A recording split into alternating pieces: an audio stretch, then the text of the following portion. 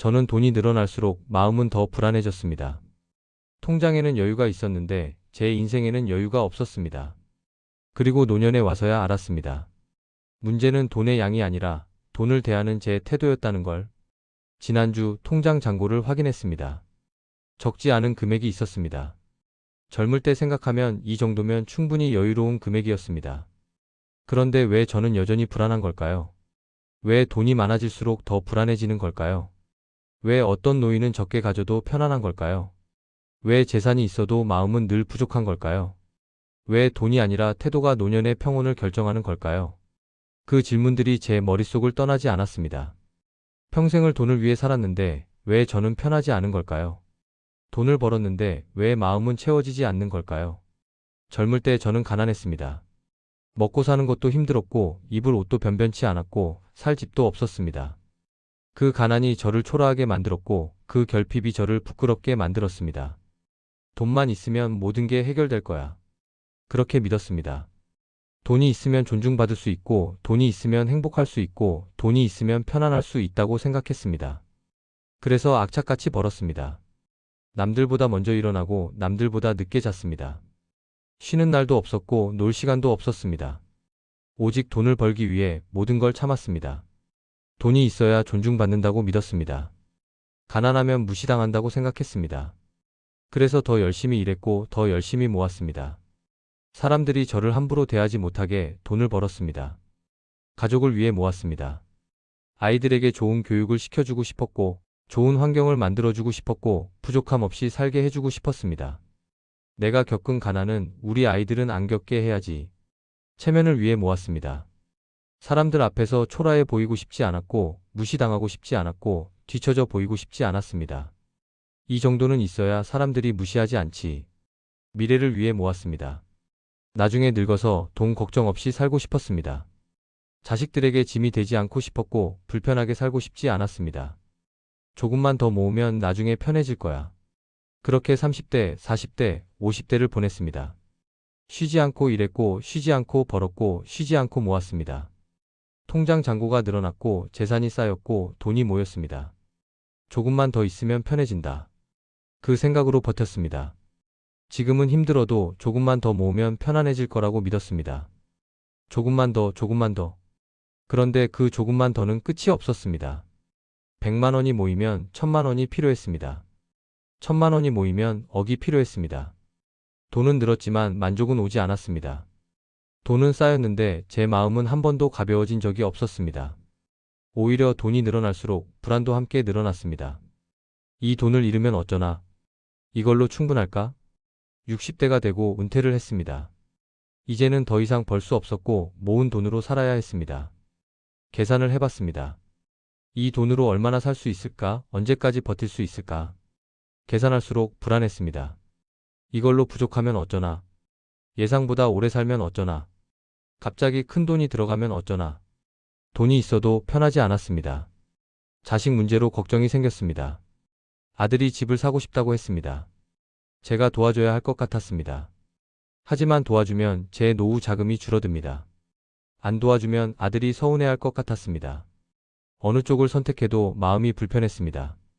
딸도 돈이 필요하다고 했습니다. 도와주고 싶었지만 제 돈도 한정돼 있었습니다. 아들을 도와주면 딸에게도 똑같이 해줘야 할 것 같았습니다. 내 돈이 얼마나 남을까? 재산 때문에 갈등이 생겼습니다. 형제들과 부모님 재산 문제로 다퉜습니다. 누가 더 받았네, 누가 덜 받았네.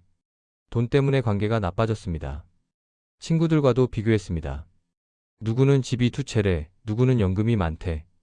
그 이야기를 들으면 제 재산이 초라해 보였습니다. 나는 왜 이것밖에 없을까? 체면에서 오는 불안도 있었습니다.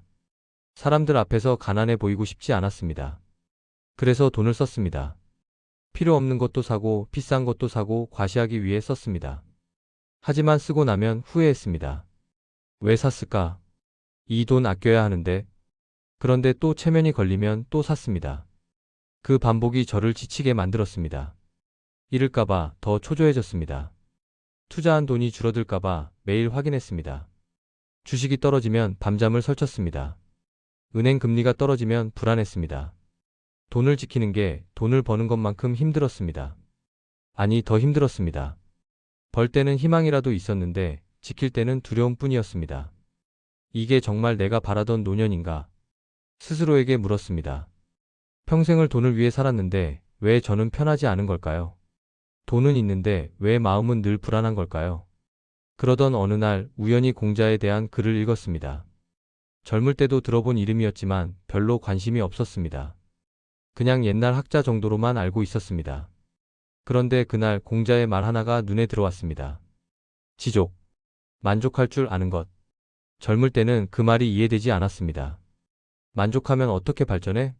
더 가져야 더 좋은 거 아냐? 그래서 그 말을 그냥 흘려들었습니다. 현실과 맞지 않는 이상적인 말로만 들렸습니다. 공자는 또 말했습니다. 안빈낙도. 가난해도 편안하게 도를 즐기며 살라. 젊을 때는 그 말이 말도 안 되는 소리로 들렸습니다. 가난한데 어떻게 편안해? 돈이 있어야 편안하지. 그래서 무시했습니다. 현실을 모르는 철학자의 공상으로만 여겼습니다. 하지만 그날 밤 그 말들이 다르게 들렸습니다. 공자가 말한 건 가난하게 살라는 게 아니었습니다. 돈보다 중요한 게 있다는 거였습니다. 그건 바로 삶의 태도였습니다. 돈이 많고 적음보다 어떤 태도로 사느냐가 더 중요하다는 거였습니다. 만족할 줄 알고 과하지 않고 분수에 맞게 사는 것. 저는 평생 돈의 양에만 집중했습니다. 얼마나 있는지, 얼마나 더 필요한지, 얼마나 부족한지 숫자에만 집착했습니다. 하지만 중요한 건 돈을 대하는 태도였습니다. 같은 돈이 있어도 어떤 사람은 만족하고 어떤 사람은 불안합니다. 그 차이는 돈의 양이 아니라 마음의 태도에서 나왔습니다. 그날 이후 저는 천천히 바꿔보기로 했습니다.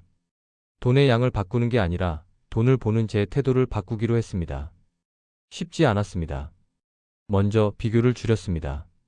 친구가 얼마나 있든 이웃이 얼마나 있든 신경 쓰지 않기로 했습니다. 남은 남이고 나는 나다. 그렇게 생각했습니다. 처음엔 어려웠습니다. 누가 집 샀다는 이야기를 들으면 부러웠습니다. 누가 여행 간다는 이야기를 들으면 속이 쓰렸습니다. 하지만 참았습니다. 내가 행복하면 되지 남이 뭘 하든 상관없어. 스스로에게 말했습니다. 비교하지 않으니 부족하다는 생각이 줄었습니다. 자식 재산 문제에서도 한 발 물러났습니다. 아들이 도와달라고 하면 제가 할 수 있는 만큼만 도와주기로 했습니다. 무리해서 다 해주지 않기로 했습니다. 아빠도 노후가 있어. 이 정도만 도와줄게. 솔직하게 말했습니다. 처음엔 아들이 서운해할까봐 걱정했지만 막상 말하니 아들이 이해했습니다. 아버지, 괜찮아요. 제가 알아서 할게요. 아들의 그 말에 오히려 마음이 편해졌습니다. 무리해서 다 해주려던 부담에서 벗어났습니다. 가진 것 안에서 살기 시작했습니다. 체면 때문에 무리해서 쓰지 않기로 했습니다. 필요한 것만 사고 불필요한 것은 사지 않았습니다. 내 형편에 맞게 살자. 그렇게 생각하니 편했습니다. 남들 눈치 보지 않으니 돈 쓸 때 후회하지 않았습니다. 투자도 욕심내지 않기로 했습니다. 큰 수익을 바라지 않고 안전하게 운용하기로 했습니다. 조금씩이라도 안정적으로. 돈은 그대로였는데 제 마음만 달라졌습니다. 통장 잔고는 변하지 않았는데 불안이 줄어들었습니다. 재산이 늘어나지 않았는데 마음이 가벼워졌습니다. 이상한 일이었습니다. 돈의 양은 그대로인데 제가 느끼는 여유는 늘어났습니다. 같은 돈인데 태도가 바뀌니 충분하게 느껴졌습니다. 여유가 생겼습니다. 돈 걱정을 덜하니 하루가 편해졌습니다. 비교하지 않으니 남들과의 관계도 편해졌습니다. 체면에 얽매이지 않으니 제 삶이 자유로워졌습니다. 주변을 보니 적어도 편한 사람들이 보였습니다. 그 사람들이 돈이 많아서 편한 게 아니었습니다. 오히려 저보다 적게 가진 사람들도 있었습니다. 하지만 그들은 편해 보였습니다. 왜 그럴까 관찰해 봤습니다. 그들의 공통점이 있었습니다. 남과 비교하지 않는 태도였습니다. 누가 뭘 가졌든 신경 쓰지 않았습니다. 나는 이 정도면 충분해. 그렇게 만족하며 살았습니다. 체면보다 마음의 안정을 선택했습니다. 사람들 앞에서 좋게 보이려 애쓰지 않았습니다. 있는 그대로 살았고 그게 오히려 편해 보였습니다.